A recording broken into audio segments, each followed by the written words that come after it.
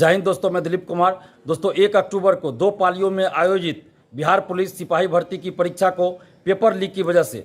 Cancel कर दिया गया है और साथ ही 7 अक्टूबर और 15 अक्टूबर को जो परीक्षा होने वाली थी उसे भी अब स्थगित कर दिया गया है। एक बहुत अच्छा फैसला लिया गया है, इसके लिए हम बिहार सरकार को धन्यवाद देते हैं और खासकर मुख्यमंत्री नीतीश कुमार जी को धन्यवाद देते हैं कि उन्होंने छात्र हित में ये फैसला किया है, क्योंकि सीएसबीसी लगातार लिपापोती इस मामले में कर रही थी और कल ही सीएसबीसी के चेयरमैन सर के द्वारा जो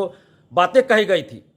वो अभ्यर्थियों के हित में बिल्कुल नहीं था और इससे लग रहा था कि सीएसबीसी इस मामले की लिपापोती करने जा रही है और उन्होंने तो एक तरह से लिपापोती कर ही दिया था। लेकिन हम धन्यवाद देते हैं बिहार के मुख्यमंत्री नीतीश कुमार जी को, जिन्होंने हम लोगों की बातों को संज्ञान में लिया और 7 और 15 अक्टूबर को जो परीक्षा आयोजित होने वाली थी उसको भी स्थगित करवाया, क्योंकि कल ही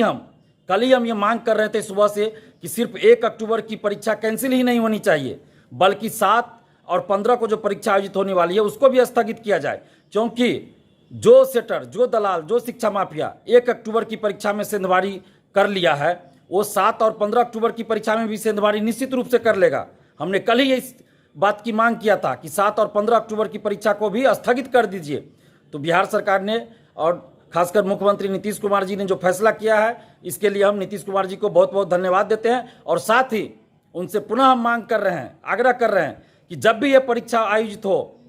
सिपाही भर्ती की पूरी पारदर्शिता के साथ आयोजित हो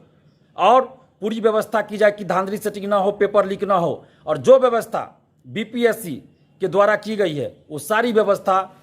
सीएसबीसी के द्वारा भी किया जाए और जब तक ऐसी व्यवस्था ना हो तब तक ये परीक्षा आयोजित नहीं होनी चाहिए, क्योंकि अगर परीक्षा से पहले आंसर वायरल हो जाए तो फिर उस परीक्षा का कोई मतलब नहीं रह जाता है, वैसी परीक्षा का कोई औचित्य नहीं है। और साथ ही पारदर्शिता होनी चाहिए, ओएमआर शीट की कार्बन कॉपी, क्वेश्चन बुकलेट मिलना चाहिए, आंसर की जारी होना चाहिए, जब रिजल्ट प्रकाशित हो तो कटअप सभी का मार्क्स जारी होना चाहिए। परीक्षा समाप्ति के बाद परीक्षार्थियों को ओएमआर शीट की कार्बन कॉपी और क्वेश्चन बुकलेट देने में क्या आपत्ति है, इनको देना चाहिए।